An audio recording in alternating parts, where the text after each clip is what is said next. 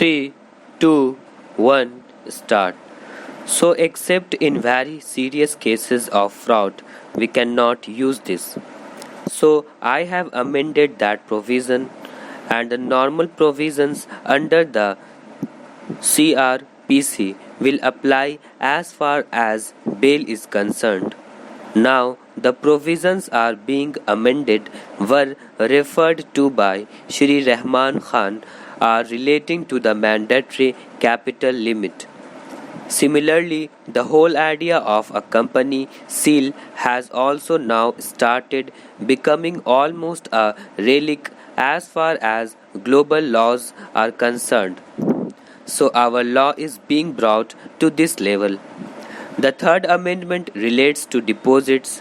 If there is a prohibition in accepting deposits and if company violates that and still accepts deposits, a provision was enacted but punishment for violation was forgotten to put in, so that gap has to be filled up by virtue of an amendment.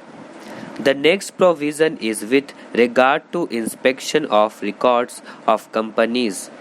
Now, AGM resolutions are meant for public display, but board resolutions are not.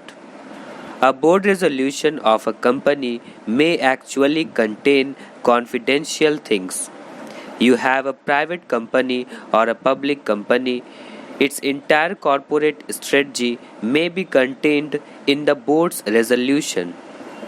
The manner in which its financial strategy may be contained in that, its intellectual property strategy may be contained in it.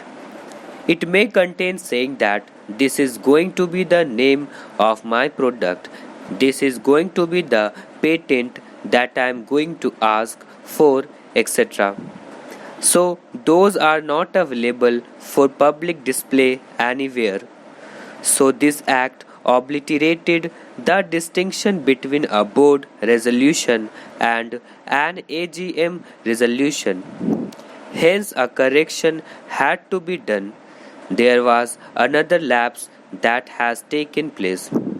There was a provision for setting up of past losses and depreciation before declaring dividend. If you have accumulated losses, first you account for those accumulated losses and only then the shareholders get dividend. Now, this provision was put under the rules without putting it in the act. So the gap as far as drafting is concerned has to be rectified. Similarly, there is a transferring equity shares for which unclaimed dividend has to be transferred to the investor education fund. Now, the rule is that for 7 years, if dividend is not claimed, then that is to be transferred.